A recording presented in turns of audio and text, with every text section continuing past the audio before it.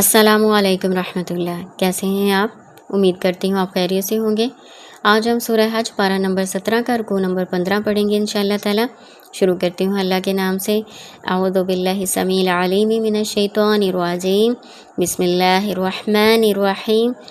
والذین ہاجروا فی سبیل اللہ ثم قتلوا او ماتوا لیرزقنہم اللہ رزقا حسنا وَإِنَّ اللَّهَ لَهُوَ خَيْرُ الرَّازِقِينَ۔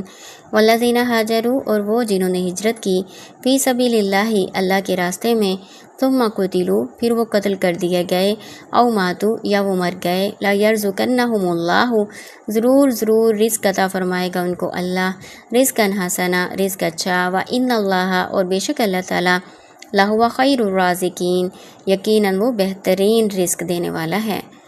اس آیت میں اللہ تعالیٰ ہجرت کرنے والوں کا اجر و ثواب بیان کرتے ہوئے کہہ رہے ہیں کہ انہیں بہترین رزق عطا فرمایا جائے گا۔ جو اللہ کے راستے میں ہجرت کرتے ہوئے نکلے اور پھر ان کو شہید کر دیا گیا، یا پھر وہ خود سے فوت ہو گئے، تو اللہ تعالیٰ انہیں رزق حسنہ عطا فرمائے گا۔ رزق حسنہ سے مراد ہے کہ اللہ تعالیٰ انہیں جنت عطا فرمائے گا۔ جنت کی نعمتیں ایسی ہیں جو کبھی ختم نہ ہوں گی، کبھی فنا نہیں ہوں گی، ان میں وہ ہمیشہ ہمیشہ رہیں گے۔ بے شک اللہ تعالیٰ بہترین رزق دینے والا ہے۔ لَيُدْخِلَنَّهُمْ مُدْخَلًا يَرْضَوْنَهُ وَإِنَّ اللَّهَ لَعَلِيمٌ حَلِيمٌ۔ لَيُدْخِلَنَّهُمْ، ضرور وہ داخل کرے گا ان کو، مدخلاً، داخل ہونے کی جگہ، يَرْضَوْنَهُ، وہ اس سے راضی ہو جائیں گے، وَإِنَّ اللَّهَ، اور بے شک اللہ تعالیٰ، لَعَلِيمٌ، یقیناً بہت علم والا، حلیم، بردبار ہے۔ اس آیت میں اللہ تعالیٰ کہہ رہے ہیں کہ وہ ایسی داخل ہونے کی جگہ ہوگی کہ جس سے وہ راضی ہو جائیں گے، یعنی جنتی اس جنت سے خوش ہو جائیں گے، راضی ہو جائیں گے، کیونکہ جنت کی نعمتیں ہیں ہی ایسی کہ جسے کسی آنکھ نے نہیں دیکھا، کسی کان نے نہیں سنا، اور نہ ہی کسی انسان کے دل پر اس کا وہم و گمان گزرا ہے۔ ایسی نعمتیں ہوں گی کہ جسے دیکھ کر وہ خوش ہو جائیں گے اور راضی ہو جائیں گے۔ بہت زیادہ علم رکھنے والا ہے، یعنی نیک عمل کرنے والوں کے درجات اور ان کے مراتب کو خوب جانتا ہے، اور بردبار ہے۔ حلیم ان کا مطلب ہے بردبار۔ بردبار کیا ہوتا ہے؟ برداشت کرنے والا، یعنی کفر و شرک کرنے والوں کی گستاخیوں، نافرمانی کو دیکھتا ہے لیکن ان کا فوری مواخذہ نہیں کرتا۔ ذَلِكَ وَمَنْ عَاقَبَ بِمِثْلِ مَا عُوقِبَ بِهِ ثُمَّ بُغِيَ عَلَيْهِ لَيَنصُرَنَّهُ اللَّهُ إِنَّ اللَّهَ لَعَفُوٌّ غَفُورٌ۔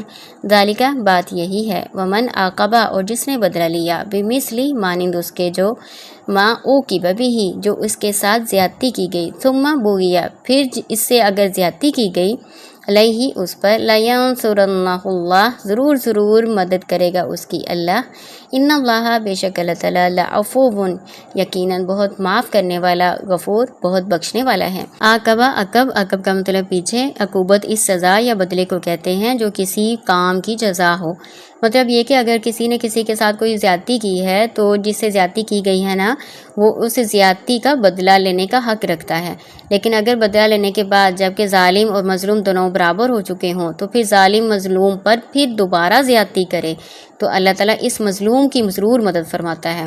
یعنی یہ شبہ نہ ہو کہ مظلوم نے معاف کر دینے کی بجائے بدلہ لے کر غلط کام کیا ہے، نہیں، اس نے کوئی غلط کام نہیں کیا، اللہ تعالیٰ نے اس کی اجازت دی ہے کہ کسی پر زیادتی کی جاتی ہے تو اس کا بدلہ لے سکتا ہے، تاکہ وہ جو ظالم ہے نا اس کو بھی پتہ چلے کہ آئندہ اگر وہ اس کے ساتھ اس طرح کا ظلم کرے گا تو یہ اس کا بدلہ لینے پر قادر ہے۔ پھر اس میں معاف کرنے کی بھی ترغیب دی گئی ہے کہ اگر معاف کر دو تو اللہ تعالیٰ بھی درگزر کرنے والا ہے، تم بھی درگزر سے کام لو۔ اس کے دوسرے معنی یہ بھی ہو سکتے ہیں کہ بدلہ لینے میں جو بقدر ظلم ظالم ہوگا، جتنا ظلم کیا جائے گا، اس کی اجازت ہے۔ چونکہ اللہ کی طرف سے یہ اجازت دی گئی ہے نا، اس لیے اس پر کوئی مواخذہ نہیں ہے، بلکہ وہ معاف ہے۔ اللہ تعالیٰ نے خود ہی اجازت دی ہے کہ جس پر زیادتی کی جاتی ہے نا، وہ اپنی زیادتی کے بقدر بدلہ لے سکتا ہے۔ ذَلِكَ بِأَنَّ اللَّهَ يُولِجُ اللَّيْلَ فِي النَّهَارِ وَيُولِجُ النَّهَارَ فِي اللَّيْلِ وَأَنَّ اللَّهَ سَمِيعٌ بَصِيرٌ۔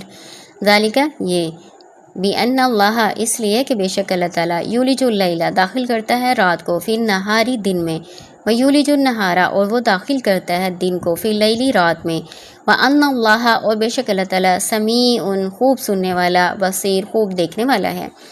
اس آیت میں اللہ تعالیٰ کہہ رہے ہیں کہ اللہ تعالیٰ وہ ذات ہے جو رات کو دن میں داخل کرتا ہے اور دن کو رات میں داخل کرتا ہے، تو وہی اللہ اس بات پہ بھی قدرت رکھتا ہے کہ اللہ تعالیٰ ظالم سے مظلوم کو بدلہ دلوائے۔ ذلك بأن الله هو الحق وأن ما يدعون من دونه هو الباطل وأن الله هو العلي الكبير۔ ذلك یہ بأن اللہ اس وجہ سے کہ بے شک اللہ تعالیٰ هو الحق وہ حق ہے، وأن اور بے شک ما يدعون جس کو وہ پکارتے ہیں من دونه اس کے علاوہ هو الباطل وہ باطل ہے، وأن اللہ اور بے شک اللہ تعالیٰ هو العلی الکبیر وہ بہت بلند بہت بڑا ہے۔ اللہ تعالیٰ کہہ رہے ہیں کہ اللہ تعالیٰ حق ہیں۔ حق سے مراد کیا ہے کہ اللہ تعالیٰ کا دین حق ہے، اس کی عبادت حق ہے، اس کے وعدے حق ہیں، اس کا اپنے اولیاء کی مدد کرنا حق ہے، اور اللہ تعالیٰ اپنی ذات صفات اور افعال میں برحق ہے۔ ألم تر أن الله أنزل من السماء ماء فتصبح الأرض مخضرة إن الله لطيف خبير۔ علم ترا کیا نہیں آپ نے دیکھا ان اللہ بے شک اللہ تعالیٰ انزل اتارا من السماء آسمان سے ماء پانی فتصبح پھر ہو جاتی ہے ارض زمین مخضرہ سرسبز ان اللہ بے شک اللہ تعالیٰ لطیف بہت مہربان خبیر بہت باخبر ہے۔ اللہ تعالیٰ کی قدرت کی نشانی ہے۔ اللہ تعالیٰ کہتے ہیں کہ آپ دیکھتے نہیں ہیں کہ اللہ تعالیٰ نے آسمان سے پانی برسایا، پھر اس کے ساتھ اس پانی سے جو پانی برسا ہے نا اس سے زمین سرسبز ہو گئی، یعنی نباتات نکلی اور سرسبز ہو گئی۔ بے شک اللہ تعالیٰ خوب مہربانی کرنے والا ہے اور خوب باخبر بھی ہے۔ لطیف کا مطلب ہوتا ہے باریک بین، لطیف کا مطلب لطف و مہربانی بھی ہوتا ہے۔ تو اگر باریک بین اس کا معنی لینا تو اس کا مطلب ہے چھوٹی سی چھوٹی چیز کا علم رکھنے والا، باریک بینی سے ہر چیز کو جاننے والا۔ اور لطف سے مراد مہربانی بھی ہوتا ہے، یعنی اپنے بندوں کو روزی پہنچانے میں لطف و کرم سے کام لیتا ہے، لطف و مہربانی سے تمام ضروریات کو پورا کرتا ہے۔ اور خبیر سے مراد کہ وہ تمام باتوں سے باخبر ہے جن میں اس کے بندوں کی معاملات کی تدبیر اور اصلاح ہوتی ہے یا ان کی کوئی بھی ضروریات ہوتی ہیں تو اللہ تعالیٰ اس سے خوب باخبر ہے۔ لہو ما فی السماوات وما فی الارض وان اللہ لہو الغنی الحمید۔